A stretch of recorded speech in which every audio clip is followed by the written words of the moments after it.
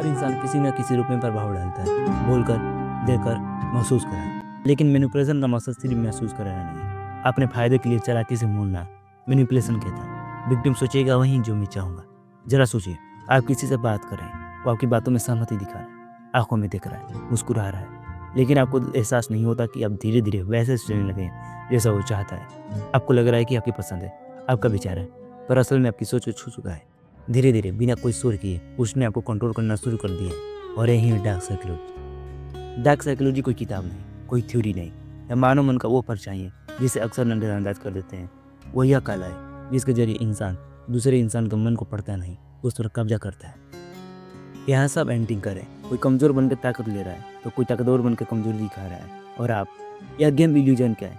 अगर आपको लगता है कि आप सच बोलकर, स्मार्ट दिखकर सेफ रहेंगे तो आप गेम के रूल को समझे ही नहीं।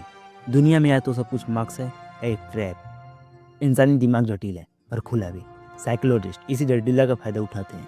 वो जानते हैं कौन सा कट किस इंसान को पिघला सकता है, कौन सा तारीफ किसे बांध सकती है, कौन सी चुप्पी तेज बन सकती है। एक अच्छा डार्क साइकोलॉजिस्ट कभी जोर से नहीं बोलता, वो चुप रहकर दिमाग में उतरता है। या कोई डॉक्टर नहीं, कोई प्रोफेसर नहीं, या कोई भी हो सकता है, आपका बॉस, आपका पार्टनर, आपका सबसे अच्छा दोस्त, या कभी कभी आप खुद। या कोई बाहर से नहीं आती, अंदर से जागती है। वो दूसरे के भावनाओं, कमजोरी और विश्वास का इस्तेमाल अपने मकसद के लिए करते हैं। चेहरे के पीछे का सच। बहुत बार लोग कहते हैं वो तो बहुत अच्छा है, सबका ख्याल रखता है, पर जो सबसे अच्छा होता है वही सबसे खतरनाक होता है।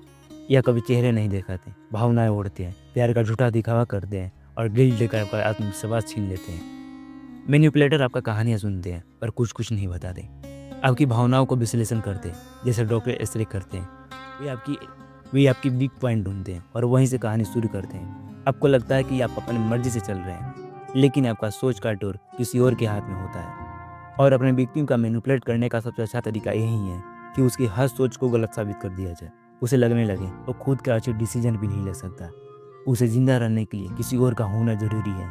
फिर मैनिपुलेटर उसकी सोच को पूरी तरह मिटाकर अपने हाथों से उसकी सोच को लिखता है और फिर वहीं उसकी ज़िंदगी की सच्चाई बन जाती है। डार्क साइकोलॉजी को समझना बहुत ही ज़रूरी है।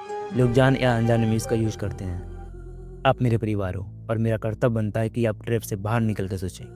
आप अपने कमजोरी को गले लगाइए। जिंदगी में लगी चोट, टूटी जिंदगी को छिपाइए मत। जहाँ जहाँ से टूटे वहाँ चमक लाइए, फिर वही टूटी जिंदगी आपकी वाकई लोगों से अलग बनाएगी। अगर आप डार्क साइकोलॉजी को नहीं समझते तो आप एक शिकार बन सकते हैं।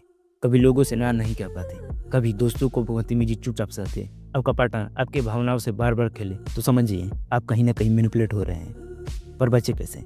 सवाल कीजिए। हर बात सहमत होना जरूरी नहीं है, ना कहना सीखिए। आपका सहमति आपका हक है। भावनात्मक ताकत बढ़ाइए और खुद को समझिए।